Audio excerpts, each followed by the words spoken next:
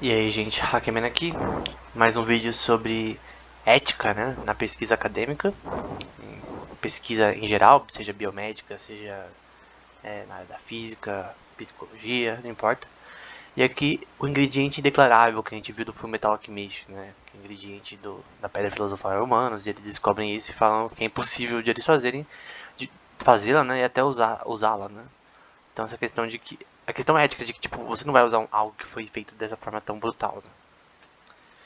E outro episódio que na verdade é até mais assertivo atualmente, uma coisa chamada quimeras, né?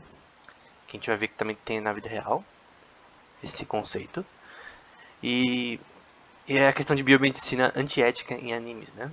Então tem um pesquisador que ele precisa, se não me engano, a cada 2 anos dar resultados da sua pesquisa acadêmica. E a pesquisa dele é transformar animais, mutacionar animais, fazer criar quimeras, né? Que falam. Então, e a primeira quimera que fala no anime, ele fez há 2 anos atrás, né?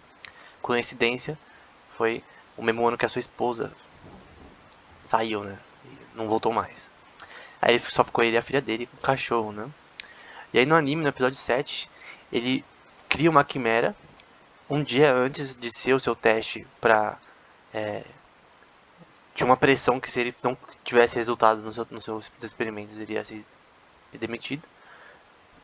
E ele cruza um cachorro com a sua filha, né? E, usando alquimia, obviamente usa uma espécie de magia louca, né? Mas enfim, obviamente isso aqui é uma ficção, tá? Mas até do que quimera é. Mas basicamente isso mostra um conceito totalmente antiético na pesquisa. De alguém que está sendo impressionado, mas que porque ele está sendo impressionado, se não vai perder o emprego, ele vai puxar os limites éticos totais, né? Ele transmutou tanto a mãe quanto a filha, transformando elas nessas quimeras, né? Então, obviamente o cara vai ser preso e tal, mas o nível de... É pesado essa parte, é pesado. Do anime, pra mim, é a parte mais pesada. Então, o que é uma quimera, né? É uma junção de vários animais, né? Na mitologia grega. É uma fera que tem vários animais. Se não me engano, ele foi criado a partir de duas criaturas na mitologia grega. E ele tem cabeça de leão, cauda de cobra e meio que tem uma cabeça de bode também em si, né? E o que é quimera na prática hoje em dia, né? E é uma aplicação de algo que tem no anime e algo que tem na vida real. Aqui é uma pesquisa japonesa, na Universidade de Tóquio, da criação de uma quimera, né? De você, basicamente, alterar geneticamente um animal, o embrião do animal para você ter resultados para criar órgãos. Então, vai fazer sentido agora. Então, vai falar aqui, ó. Hiromitsu Nakauchi, relacionado a células-tronco, né? É um cientista de células-tronco na Universidade de Stanford e na Universidade de Tóquio, né? Vai falar sobre esse debate, né? Ele mostrou em 2010 que adicionando células-tronco de ratos para embriões de mais também ratos, né? Essa é a diferença também. Só que eu acho que é outro tipo de rato. Não acho que é aquele rato de laboratório, outro rato normal. Rat mais, em inglês. Mas ele, só que com ratos que não tinham o gene relacionado ao pâncreas, né? Eles não iam desenvolver o pâncreas. Mas basicamente ele usando células-tronco de um outro animal, ele conseguiu alterar o desenvolvimento embrionário do que obviamente vai gerar o animal quando ele está se desenvolvendo, né? Então meio que transforma o embrião geneticamente para que ele possa crescer o pâncreas, né? Então você consegue fazer aqui na parte vermelha, né? A técnica permite que o time de pesquisadores consiga criar um pâncreas de um porco, por exemplo, ou um rato, não importa, de uma espécie para outra, né? Então você consegue se altera geneticamente embriões para você fazer um órgão que você quer que cresça nesse animal cresça. Então imagina que você pega um porco, por exemplo, e consegue fazer criar órgãos nesse porco, órgãos humanos. Então você consegue alterar geneticamente um embrião a partir de células-tronco para conseguir criar, nesse caso, tem que usar células-tronco humanas para você conseguir gerar um, um tecido, né, um material, um órgão que possa ser similar ao do ser humano, né? Então, basicamente isso tem a ver com quimera. Aí você pode falar, nossa, várias pessoas que precisam de órgãos para ser doados se beneficiariam disso. Mas a questão, será que isso é ético? Na minha opinião, pesquisa em células-tronco é antiético, porque eu não concordo com o aborto. E o aborto é necessário para células-tronco. A gente tem que ter noção disso, que se uma empresa querer usar células-tronco e se beneficiar financeiramente, ela vai precisar dessas células-tronco, né? Se não houver abortos, vai ser mais difícil. Então tem várias questões éticas que podem fazer isso ficar inaceitável, né? Outro paper aqui que a gente vai citar é o The Ethics Squad, né? O Esquadrão da Ética, né? Poderia ser até uma série. Mostrando um exemplo prático no começo, né? E basicamente um exemplo, dois pesquisadores queriam falar sobre gravidez na adolescência.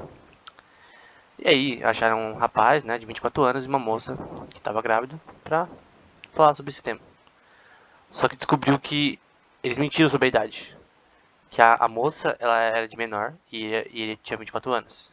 Eles mentiram sobre a idade dele e nesse país específico não era permitido, né, essa prática, né? Então, por exemplo, se um cara de 24 anos engravidar uma menina de 13, 15 anos, ele poderia ser preso, né? Algo assim.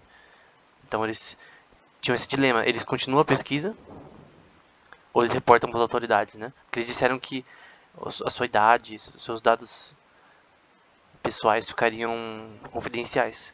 Mas porque eles souberam isso, e isso seria contra a lei, essa prática nesse país, acho que no Brasil não é assim na prática, tem que ver mais ou menos como é a legislação brasileira, mas basicamente essa questão, a gente não pode fazer a pesquisa com eles, porque eles estão com um problema legal aí, que ferrou a pesquisa nesse caso, do uso dele na pesquisa, mas foi uma decisão talvez sábia deles nesse sentido, né? Mas mais prático. Então, tinha só um problema. O pai tinha 24 anos, de acordo com as leis locais, ele era acusado de abuso de crianças, né? Porque era um menor. Diz que ela tem menos de 19 anos. Eu não sei qual a idade, né? Se for 17, 18, aí eu acho errado. Porque a idade não é tanta. Agora, se for 15 pra baixo, eu acho que já é extremamente antiético e é imoral. Então, um cara de 24 anos, enfim. Então, eles não foram usados na pesquisa por conta disso, né? Então tem essa questão. Mas essa questão, os dados deles, eles deveriam ser confidenciais. Então, como que você faz isso? Porque os dados deles não podem ser, sabe, divulgados, né? Então, tem esse conflito.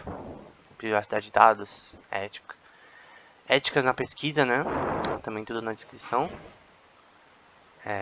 Nesse caso, é sobre o problema de design na pesquisa, né? De uma pesquisa feita na África, relacionada à alergia, alguma coisa assim. E o problema dessa pesquisa é que essa pesquisa beneficiava outros países desenvolvidos e não, no caso, os recipientes da pesquisa. Então a gente estava fazendo uma pesquisa num lugar da África que não ia ajudar as crianças que estavam sendo estudadas, né, que estavam coletando o sangue delas. E tem essa questão de que o design dessa pesquisa é antiético porque ela é feita de um jeito, tipo, eu vou num país subdesenvolvido, faço uma pesquisa para beneficiar o país desenvolvido, né? Então, quando eles vão citar, né? Quando a pesquisa ela não ajuda em nada os recipientes, então se torna meio antiético, né? No sentido de você meio que abusar deles pro bem de outros, né? E não deles em si. Então, aqui vai falar sobre isso, né? embora eles foram cuidadosos, né, relacionados às suas descobertas, supressão de atopia nas crianças, nesse caso da África, e aí eles fizeram uma hipótese, né, relacionada à higiene, né, hipótese de higiene, relacionada à teoria de alergia, só que relevante para países desenvolvidos, né, então não tinha nada de relevante para a região específica que eles estavam estudando esse tema, né? Então, porque eles estavam fazendo esse estudo com essas crianças em vez das crianças dos países que realmente eram afetados por esse problema. Então, essa questão é meio que aquela mesma coisa industrial, né? Porque que os países mais pobres que têm a indústria, né? Da Nike, sei lá, Adidas, porque ficam na China, provavelmente porque a mão de obra é mais barata.